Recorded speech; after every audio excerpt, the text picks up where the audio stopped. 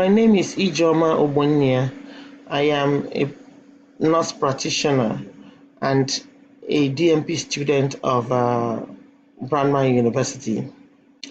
The nurse practitioner role is one of the specialties in advanced practice nursing that has a very high demand because of shortage of physicians.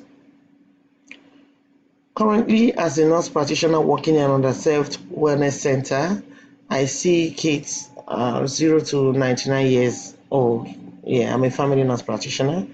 And with this program, I can tell you it's tedious, having to be a full-time wife, mother, student, and work. I shall finish my program by August of 2019.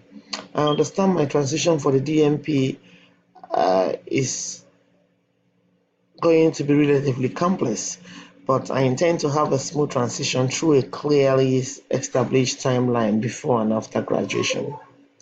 Therefore, having a clear timeline for professional and personal growth is essential and helpful. I am currently in the semi-final stages of the program. Past June 2018, I had my physicals and I renewed my licenses. That's what I usually do at that time of the year because that was my birthday. And by June of 2019, I hope to do that same thing, like it's been a tradition for me. But before that June, I should, by end of this fall, I should have gotten approval of my CSP project from the school with the help of my chair, and hopefully by summer, I'm believing I should be done with my CSP and doing my defense as well.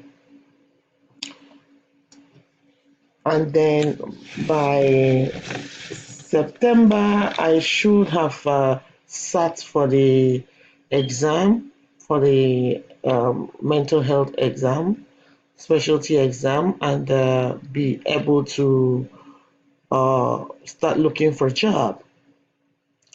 Hopefully, I am believing that by end of fall, and that should be fall of 2019, I should have taken my exam and should start working as a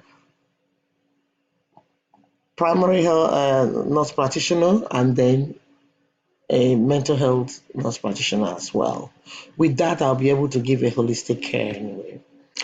And by that 2019, end of 2019, I've always have a plan of setting up my own business. So I'm hoping that setting up that business shall be a reality by 2021. Before that 2021, I shall always engage in the continuing education, as this will help develop my clinical expertise.